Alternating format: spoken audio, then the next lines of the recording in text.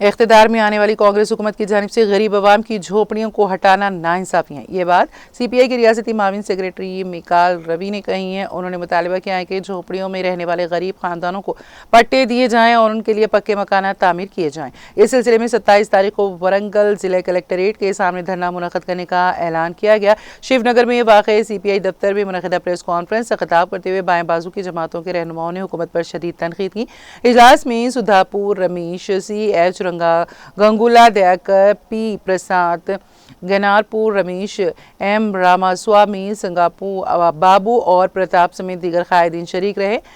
رہنماؤں نے کہا ہے کہ کانگریس حکومت انتخابات سے قبل کیے گئے وعدوں کو فراموش کر چکی ہے۔ انہوں نے الزام لگایا کہ حکومت غریب عوام کے خلاف سخت کارروائی کر رہی ہے۔